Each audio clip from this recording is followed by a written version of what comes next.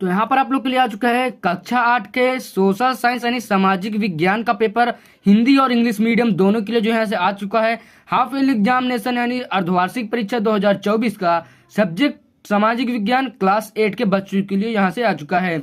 ये paper Hindi medium और English medium दोनों में उपलब्ध है। तो यहाँ पर आप लोग चाहे हिंदी में देखिए चाहे इंग्लिश में देखिए, यहाँ पर इस पेपर को हिंदी मीडियम वाले भी देख सकते हैं और इंग्लिश मीडियम वाले भी। तो चलिए वीडियो को बिना देर करते वीडियो को स्टार्ट करते हैं। लेकिन वीडियो को स्टार्ट करने से पहले अगर आप लोग भी चाहते हैं मैं आप लोग के लिए ऐसी वीडियोस लाऊं और आप लोग अगर पेपर और देखना चाहते हैं तो यहाँ पर आप लोग मेरे चैनल पर जाकर सभी पेपर को देख सकते हैं। और मेरे चैनल को अगर आप लोग अच्छे लगे तो आप लोग को मेरे चैनल को सब्सक्राइब कर लेना है, क्योंकि इस चैनल पर आपको ऐसी वीडियोस आने वाले समय भी मिलेगी। तो चलिए वीडियो को बिना देर करते वीडियो को स्टार्ट करते हैं। यहाँ पर हमारा पहला प्रश्न कह रहा है इतिहास को सामान्यतः कितने कालखंडों में बांटा गया है। उसके बाद यहाँ से दूसरा प्रश्न कह रहा है भारत का अंतिम गवर्नर जनरल कौन था। उसके बाद यहाँ से हमारा दूसरा प्रश्न हो गया। तो हम लोग यहाँ पर तीसरे प्रश्न की ओर बढ़ते हैं। यहाँ पर इंग्लिश मीडियम वाले बच्चे भी अपना इंग्लिश में यहाँ पर देखते रहेंगे। तो यहाँ पर हमारा तीसरा प्रश्न कह रहा है जेम्स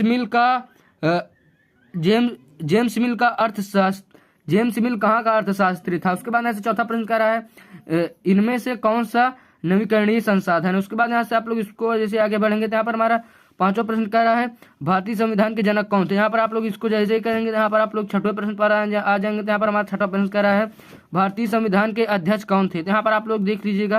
उसके बाद यहाँ से सातवें प्रश्न पर आएंगे। तो यहाँ पर हमारा सातवां प्रश्न कह रहा है ईस्ट इंडिया कंपनी कहाँ की व्यापारिक कंपनी है। उसके बाद यहाँ से हम लोग बढ़ेंगे आगे। यहाँ पर हमारा आठवां प्रश्न कह रहा है ईस्ट इंडिया कंपनी की स्थापना किस महारानी के समय हुई थी। यहाँ पर आप लोग इसको जैसे ही करेंगे तो यहाँ पर हम लोग नौवें प्रश्न पर आ जाएंगे। तो यहाँ पर हमारा नौवां प्रश्न कह रहा है निम्नलिखित में से कौन सा कारक मृदा निर्माण का नहीं है। उसके बाद यहाँ से आगे बढ़ते हुए आएंगे तो यहाँ पर हमारा निम्नलिखित में से कौन सा मौलिक अधिकार है। तो यहाँ पर आपको देख लेना है। उसके बाद यहाँ से 11वें प्रश्न पर आ जाएंगे। तो यहाँ पर आपको 11वें प्रश्न से जो है यहाँ से लिख कर जो है यहाँ से उत्तर देना है। यहाँ पर आप लोग 10 प्रश्न आप लोग जितना हल किए, यहाँ पर आपके बहुविकल्पी प्रश्न मिले थे। तो यहाँ पर अब आपको जितने भी प्रश्न मिलेंगे यहाँ पर आपको उन सभी प्रश्न का उत्तर जो है लिख के देना होगा। उसके बाद यहाँ से आप लोग देख लें। यहाँ पर हमारा 11वां प्रश्न कह रहा है ईवीएम का फुल फॉर्म लिखिए।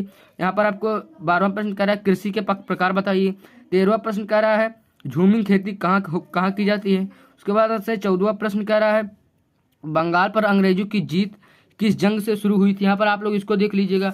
उसको देखने के बाद आप लोग यहाँ से जैसे ही आगे बढ़ेंगे तो यहाँ पर हम लोग अगले प्रश्न पर पहुँच ही रहे हैं।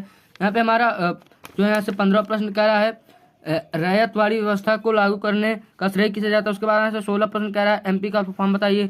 17वां प्रश्न कह रहा है रॉलेट एक्ट को लागू कब किया गया था। उसके बाद यहाँ से 18वां प्रश्न कह रहा है सुधा की मौत कब हुई। 19वां प्रश्न कह रहा है बिरसा का जन्म किस परिवार में हुआ था। उसके बाद यहाँ से 20 वाले प्रश्न पर आ जाएंगे। यहाँ पर हमारा कह रहा है अंग्रेजों ने आदिवासियों को किस रूप में वर्णित किया था। उसके बाद यहाँ से यहाँ पर 21वां प्रश्न कह रहा है मानव निर्मित संसाधन किसे कहते हैं। उसके बाद यहाँ से पृथ्वी पर संसाधन असमान रूप से क्यों उतरे थे। उसके बाद यहाँ से यूरोपीय कंपनियां भारत की तरफ क्यों आकर्षित हो रही थी। उसके बाद यहाँ से 24वां प्रश्न कह रहा है महालवाड़ी व्यवस्था अस्थायी बंदोबस्त के मुकाबले कैसे अलग थी। उसके बाद यहाँ से आप लोग 25वें प्रश्न पर आएंगे। तो यहाँ पर 25वें प्रश्न कह रहा है औपनिवेशिक शासन के तहत आदिवासी मुखियाओं की ताकत में क्या बदलाव आया। उसके बाद यहाँ से इसको करते हुए आप लोग जैसे ही आगे बढ़ेंगे तो यहाँ पर हम लोग और प्रश्न में आ जाएंगे। यहाँ पर 26वां प्रश्न कह रहा है भूमि को महत्वपूर्ण संसाधन क्यों माना जाता है। उसके बाद 27वां प्रश्न कह रहा है निर्वाह कृषि किसे कहते हैं। उसके बाद 28वां प्रश्न कह रहा है अगर निर्वाचित प्रतिनिधियों की शक्ति पर कोई अंकुश नहीं होता तो क्या होता।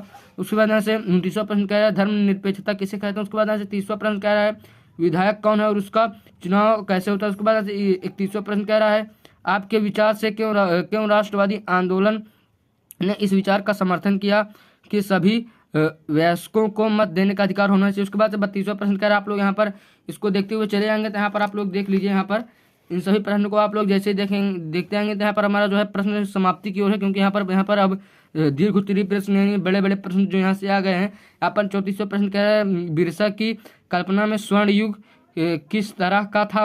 आपकी राय में यह कल्पना लोगों को इतनी आकर्षक क्यों लग रही थी। उसके बाद इसको करते हुए आप लोग जैसे आगे बढ़ेंगे तो जो यहाँ से आप लोग देख लीजिए यहाँ पर आपका पेपर समाप्त होने वाला है। उसके बाद यहाँ से 35वां प्रश्न कह रहा है सरकार किसानी को कृषि के विकास में किस प्रकार मदद करती है। उसके बाद 36वां प्रश्न कह रहा है भारत के राजनीतिक मानचित्र में दर्शाइए। यहाँ पर आपको यहाँ पर मानचित्र मिलेगा, आपको यहाँ पर इसको दर्शा देना है। तो अगर आप लोग भी चाहते हैं कि आपको यहाँ पर जो है ऐसी वीडियोस मिलती रहे तो आप लोग वीडियो को लाइक करके चैनल को सब्सक्राइब करके जरूर जाइएगा। तो चलिए मैं मिलूंगा एक और वीडियो में, तब तक के लिए जय हिंद वंदे मातरम।